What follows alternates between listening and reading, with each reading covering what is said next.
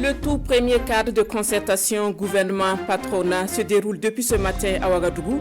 C'est un espace de dialogue entre les hommes d'affaires et l'État burkinabé afin d'améliorer la productivité et créer les conditions d'un climat social apaisé au sein des entreprises.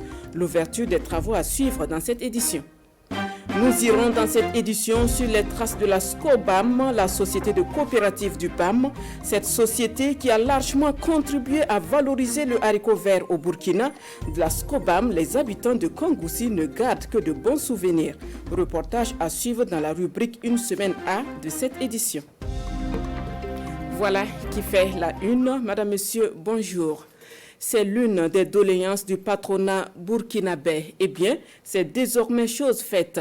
Le tout premier cadre de concertation gouvernement-patronat se déroule depuis ce matin à Ouagadougou et les échanges portent essentiellement sur les préoccupations du monde des affaires.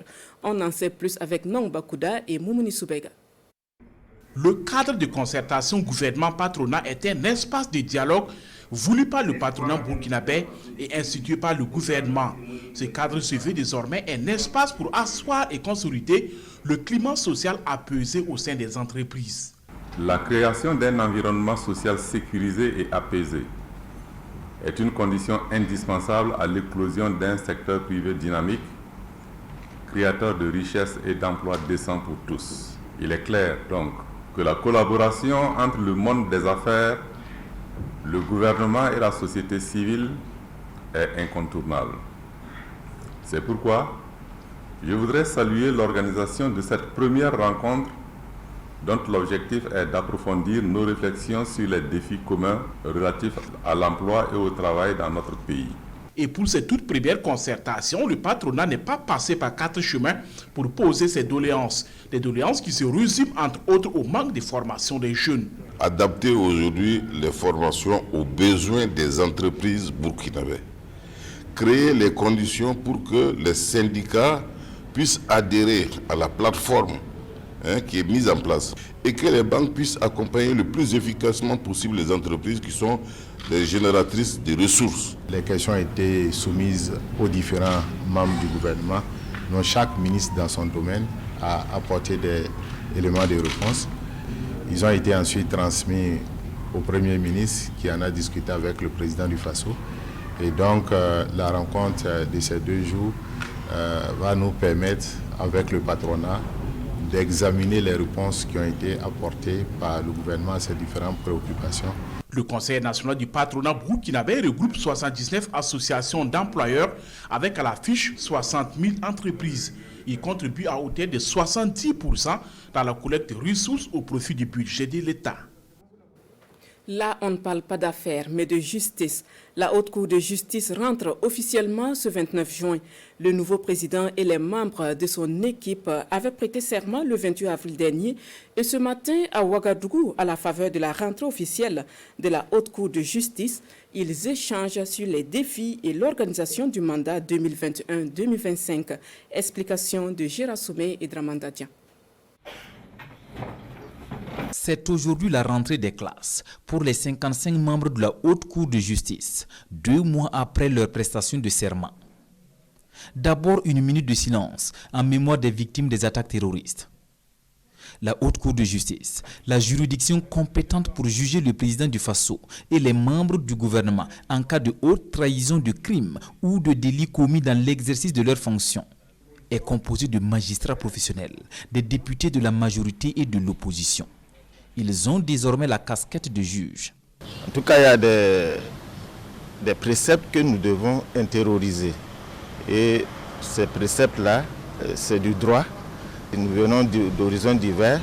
Ce n'est pas évident que tout le monde comprenne le langage juridique. C'est le lieu de renforcer leurs capacités, car les défis sont énormes. L'équipe de Khalil Bahara hérite d'ailleurs du dossier de l'insurrection populaire des 30 et 31 octobre 2014. Nous avons le dossier emblématique de l'insurrection qui était déjà en jugement. Je crois qu'il y a eu des débuts de procès suivis donc de suspension.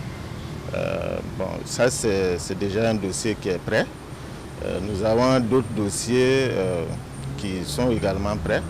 Mais comme vous savez, nous sommes des juges, nous avons le devoir de réserve. Devoir de réserve, la mission qui leur est dévolue découle de la Constitution. Ils auront à dire le droit, rien que le droit. Le 22 juin dernier débutaient les examens du BPC, du BP, du CAP et du CEP, certificat d'études primaires. La phase correction des épreuves écrites du CEP a commencé ce lundi 28 juin. Alors, comment s'organise cette correction des épreuves? Quelles sont les étapes à respecter et comment les notes sont portées sur les copies? Immersion dans des centres de correction du CEP à Bobo-Dioulasso avec Lamine Karantao et Karim Sissé. Ces jours de correction des épreuves écrites du CEP session de 2021. Il est 7h30 et les correcteurs du jury 1 de la circonscription d'éducation de base Bobo 1 sont déjà présents dans leur centre de correction. Avec le président du jury, ils sont en pleine concertation. Une étape cruciale qui précède la correction proprement dite. Avant le début de la correction, nous nous retrouvons avec les correcteurs pour examiner les clés de correction proposées par le ministère et avoir une même compréhension. Voilà, parce que dans ces clés-là, souvent il y a des points de suspension, c'est pour dire qu'on peut proposer d'autres réponses. Les réponses proposées ne sont pas exhaustives, donc c'est avec l'ensemble des correcteurs que nous allons amender cela, mais sans pour autant toucher au barème ou de notation déjà proposée. À l'école Sarafalao A, où se trouve le jury 1 de la CEP Bobo 3, la clé de correction et le barème des notations sont déjà écrits au tableau. Et le président du jury explique minutieusement les consignes aux correcteurs. On ne peut pas prendre l'initiative pour nous de modifier une clé de correction ni de modifier un barème. Il y a des questions où c'est 1 ou 0, ou c'est 2 ou 0. Si c'est 2 ou 0, soit il a 2, soit il a 0. On ne peut pas décider ici de donner 1. Soit l'enfant a 2 ou il a 0, lorsque la question est notée comme ça. Voilà. Donc il n'y a pas de demi-point. Ici, comme dans les autres centres de correction, les maîtres mots qui s'imposent sont objectivité et crédibilité. Et pour ce faire, une double correction s'impose. Il y a un premier correcteur qui corrige la copie, voilà, qui porte les notes mais sans la sommation. Voilà, le deuxième reprend pour voir est-ce que les notes portées, ça veut dire reprendre, ce n'est pas les notes seulement, il reprend comme s'il pour corriger. Maintenant, chacun relève la totalité des notes sur sa feuille individuelle, une fiche individuelle. Et après, les deux correcteurs se retrouvent devant la copie pour voir s'ils n'ont pas la même note. Alors, s'ils n'ont pas, ça veut dire qu'ils reviennent ensemble pour voir où est-ce qu'ils ont attribué plus. La note donnée par le correcteur A doit être conforme à celle donnée par le correcteur B lors de la confrontation, lors de la synthèse. Si ce n'est pas ça, ils reprennent la correction. Pour s'assurer qu'aucune erreur ne s'est glissée sur une copie d'un candidat lors des corrections, les présidents de jury procèdent au contrôle qualité une fois la note portée sur la feuille du candidat. Et lorsque les correcteurs, les responsables des groupes nous remettent les copies, nous aussi nous prélevons des échantillons pour faire ce qu'on appelle le contrôle de qualité. Elle consiste à vérifier le respect des barèmes et des clés de correction. Et la sommation aussi des points.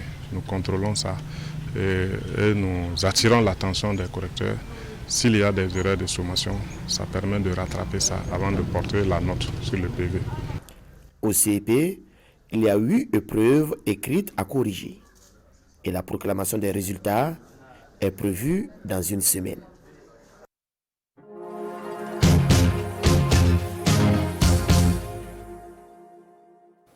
Une semaine à Kongoussi, nos reporters nous parlent aujourd'hui de la société de coopérative du BAM-SCOBAM. Cette société qui a fait la pluie et le beau temps des populations du BAM et environ. La société a surtout contribué à valoriser le haricot vert au Burkina Faso. Sielassina Ouattara et Ahadi Sandamba sont allés sur les traces de la SCOBAM, suivant leur reportage. La station prend l'eau là. C'est avec amertume que Léopold Sawadgo nous conte l'histoire de la société de coopérative du lac BAM-SCOBAM. Ici, nous sommes sur le périmètre qu'exploitait Léopold Sawadgo qui nous explique tout le système de distribution d'eau. De la station de pompage au périmètre d'exploitation, il se souvient encore de tous les détails comme si c'était hier. Ce bâtiment c'est la station qui pompe l'eau qui alimente le périmètre. Cette station contient 3 motopompes. Ces 3 motopompes alimentaient 35 hectares. C'est en 1999 que la coopérative va acquérir d'autres stations. Des superficies supplémentaires seront également aménagées. Et Léopold, tout comme bon nombre de ses promotionnaires, a gagné sa vie ici. Mieux, c'est ici qu'il a fait fortune. Voici ce qui reste de la SCOBAM. Du matériel vétuste, de la logistique abandonnée, des bâtiments, des souvenirs, mais surtout des regrets. En tout cas, ça fait mal. Puisque si on pouvait travailler en coopérative et puis maintenant c'est dispersé et puis les gens se débrouillent selon et puis tantôt il y a d'autres qui sont dans les faillites et puis ils ont des problèmes dans des choses. En tout cas, c'est regrettable en tout cas. La société de coopérative du lac Bam a fait de Kongoussi la capitale burkinabé du haricot vert. L'histoire de la SCOBAM remonte en mars 1966 avec 33 coopérateurs comme membres fondateurs. Une histoire intimement liée à la mission catholique. C'est Monseigneur Durieux, évêque du diocèse de Waïgouya en son temps, qui va user de ses relations avec des Allemands pour acquérir des équipements, mais aussi l'aménagement de périmètres collectifs et individuels. Par la suite, les deux États vont donc prendre des initiatives pour le fonctionnement de la structure. Sur le plan national, la SCOBAM est le principal fournisseur de haricots verts d'exportation. Les superficies passent alors de 70 hectares à 250, avec des productions allant de 400 à 1200 tonnes de haricots verts par an. Après le départ des Allemands et précisément après 1987, commence le déclin de la SCOBAM. À l'image de Léopold, ils étaient plus de 830 coopérateurs à la dissolution de la SCOBAM, soit à se reconvertir, soit à poursuivre la production individuelle du haricot vert, avec tous les risques possibles que cela engendre. Dans le temps, on ne savait même pas le prix d'engrais et puis choses, ça venait et puis à la fin de la campagne, on enlevait ça. Maintenant, s'il faut travailler avec ta motopompe, il faut que toi tu prennes les intrants, tout à tes frais. Donc, tu peux, si ça ne réussit pas, tu as des problèmes. La mort de la SCOBAM, c'est aussi le problème d'écoulement de la production. Ceux qui tenaient toujours vont donc diversifier leur production. Le haricot vert n'est plus la priorité. Et c'est cette donne qui est restée jusqu'à nos jours avec des maraîchers aux moyens et stratégies d'écoulement individuel. En parlant toujours du BAM, sachez que c'est en 1922 que les Pères Blancs y ont déposé leurs valises. La première église catholique sortait de terre une année après et la toute première grotte mariale du Burkina a à son tour vu le jour. C'était en 1953. Focus sur la colline mariale Notre-Dame des Lacs avec Siela Sinawatara et Ahadi Sandamba. La grotte mariale du BAM, c'est sur cette colline. Pas besoin de vous dire que son accès demande beaucoup d'efforts. Avec notre guide, nous entamons alors la montée. Environ un quart d'heure de périple et nous y sommes. Elle est juste derrière cette porte. La bâtisse a été construite en 1953 par les fidèles catholiques du BAM. Selon l'histoire que j'ai reçue de mes parents, comme mon père Diallo Michel, cette colline mariale a été créée en 1953. Il y a eu un pape dont je ne retiens pas bien le nom, en 1950, qui a donné l'ordre de célébrer les fêtes mariales dans le monde entier. C'était en 1950. Et cela a motivé la création de cette grotte en 1953. Je crois que c'est la toute première colline mariale du Burkina Faso. C'est également ici que la 15 août a été célébrée pour la première fois au Burkina Faso. La première messe mariale, l'Assomption de la Sainte Vierge au ciel, a été célébrée ici en 1954. La toute première au Burkina Faso. Et depuis 1954, La grotte accueille les fidèles catholiques du BAM, mais aussi ceux de l'ensemble du diocèse de Wayougouya, dont relève la paroisse. Chaque année, ce sont 2 événements qui sont organisés ici. Le pèlerinage diocésain et la 15 août. Depuis longtemps, c'est ici que nous célébrons la 15 août. Au mois de février également, nous effectuons le pèlerinage diocésain sur cette colline. À l'occasion, les fidèles catholiques du diocèse de Wayougouya viennent ici à pied et c'est une marche qu'ils effectuent durant 1 semaine. Même les gens de Yagma se sont inspirés de notre pèlerinage. En effet, c'est en 1922 que les Pères Blancs sont arrivés au BAM. La première église fut construite en 1923. Au nombre de 36, les premiers catholiques du BAM furent baptisés en 1927. L'église s'appelait Saint-Jean-Baptiste du BAM. Et c'est en 1954, lors de la célébration de la fête de l'Assomption, que l'église a été rebaptisée Notre-Dame des Lacs en hommage à la Vierge Marie, ainsi qu'à la grotte mariale du BAM. Et dans la suite de cette édition, le projet d'urgence de développement territorial et de résilience se focalise sur l'accès des communautés, les personnes déplacées internes en particulier, aux services sociaux de base. Ce projet est au cœur d'un atelier organisé par la Direction générale du développement territorial, un cadre d'échange qui connaît la participation des maires des communes bénéficiaires, Paul David Bambara et Marguerite Douagno. C'est une rencontre d'échange entre le comité d'organisation du projet d'urgence de développement territorial et de résilience et les maires bénéficiaires du projet. Objectif affiché, permettre l'adhésion de ces bénéficiaires au processus d'exécution des activités tout en assurant la durabilité des résultats atteints dans chaque commune. Nous sommes à cette rencontre ce matin pour permettre de s'approprier le projet et leur forte implication. Parce que pour la réalisation d'infrastructures, il y a beaucoup de préalables, il y a les sites à libérer, il y a aussi les sites à préparer, il y a aussi d'autres conditions pour que les infrastructures soient bien réalisées. Le projet est financé par la Banque mondiale à raison de 350 millions, dont une partie est en don et une partie qui sera un prêt pour l'État burkinabé. L'atelier dure 48 heures et regroupe les maires des régions de la boucle du Moun et de l'Est ainsi que les services techniques municipaux. Aujourd'hui, nous sommes là à l'invitation donc du projet pour nous approprier ce projet et mieux comprendre ce qui est attendu des collectivités pour sa mise en œuvre réussie.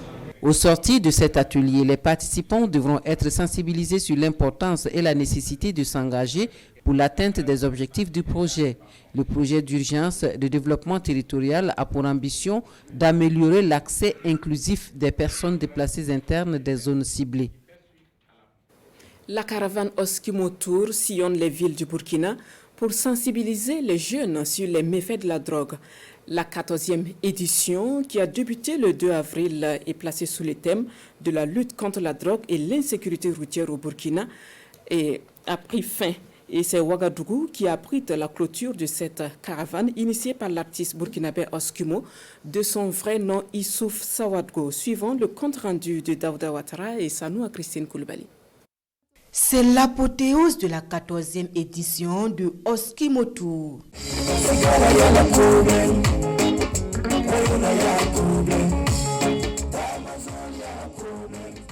Sur scène, plusieurs artistes, dont le promoteur, pour tenir le public en haleine et distiller des messages de sensibilisation aux méfaits de la consommation des drogues, des boissons frélatées et comprimés assimilés. L'étape de Ouagadougou marque la fin de la caravane qui a sillonné plusieurs régions du pays. On a commencé par Dédougou le 2 avril, le 4 avril on était à Ouissa, et le 9 avril on était à Manga, et le 21 mai on était à Banfoura, le 22 mai on était à Bobo, et là on est à Ouaga. Lancer un appel aux parents. Quand vous inscrivez les enfants à l'école, il faut souvent passer voir qu'est-ce que l'enfant fait, quelle est la classe de l'enfant. L'enfant même son professeur c'est qui? Pour contrôler, pour suivre. La drogue détruit la personne. La drogue va détruire la cellule familiale. La drogue va augmenter les dépenses des ménages. La drogue va détruire la scolarité de celui qui prend. Et la drogue ne permet pas de construire l'avenir de demain. C'est pour cela que nous devons aujourd'hui dire non à la drogue. Nous voulons une jeunesse avec zéro drogue dans la vie. Et pour marquer les esprits, des séquences de films et témoignages poignants sont ici projetés.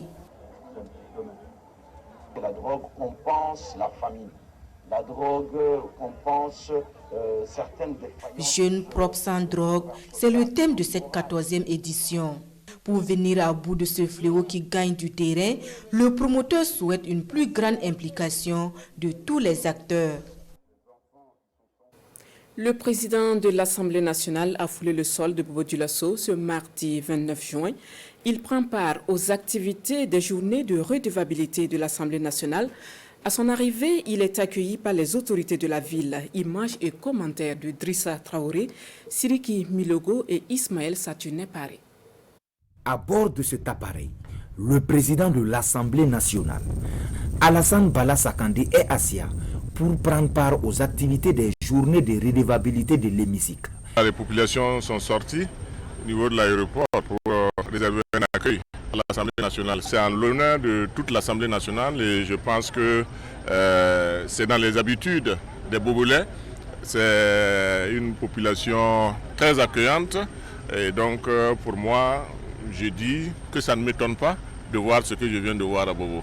Pour l'occasion, le président de l'Assemblée nationale invite les Bobolais à s'approprier ces journées de redevabilité délocalisées dans leur ville. Une véritable occasion pour les élus nationaux d'être plus proches des populations. Nous avons voulu amener l'Assemblée nationale à Bobo ici, ce qui constitue une première. Et donc, nous demandons que, en tout cas, les populations bobolaises puissent en faire un bon usage et consommer l'Assemblée sans modération parce que c'est leur Assemblée, c'est leur institution. Donc c'est important pour nous que nous puissions venir vers, en tout cas, les populations des hauts-bassins, vers les populations du Grand Ouest. Les journées de redevabilité de l'Assemblée nationale dans la ville de Sia se tiendront du 30 au 2 juillet 2021, avec en plus plusieurs autres activités dont un cross populaire. 2 points sont développés dans la revue de presse du jour. Il s'agit du point de la campagne de vaccination contre le Covid-19 en cours au Burkina et la réaction de quelques citoyens burkinabés sur le message du président du Faso à la nation. Revue de presse signée Sékou Zongo. Le message du président du Faso à la nation le dimanche dernier continue d'alimenter l'actualité dans la presse écrite. Le journal Le Pays relaie les avis de quelques leaders d'opinion. C'est un message qui a déçu plus d'un car il est resté très loin des attentes des Burkinabés. Propos de Sagado Nakanabo, secrétaire exécutif du RENLAC, repris dans les colonnes du journal. Ce n'est pas du tout l'avis du député Bourema Dissagnoumou pour qui le contenu du discours est adapté à la situation et d'ajouter que Dieu parle en parabole et les prophètes donnent les détails de sa mise en œuvre. Pour ce cas précis, ajoute le député du MBF, le discours était aussi apaisant que guerrier. Pour Ludovic Bakiono du MPP, c'est un appel à la responsabilité et à l'union pour faire barrage à l'idée terroriste que le chef de l'État a délivré à ses concitoyens. En tous les cas, observe le doyen des quotidiens burkinabés, le président a parlé et il était grand temps d'agir s'il ne voulait pas qu'une crise politico-institutionnelle se greffe au péril sécuritaire. Mais que veulent enfin les Burkinabés, se demande le quotidien bobolais, l'Express du Faso. S'il n'avait pas parlé, on dira qu'il ne l'a pas fait, il le fait. On estime qu'il n'a pas dit ce que les Burkinabés voudraient entendre.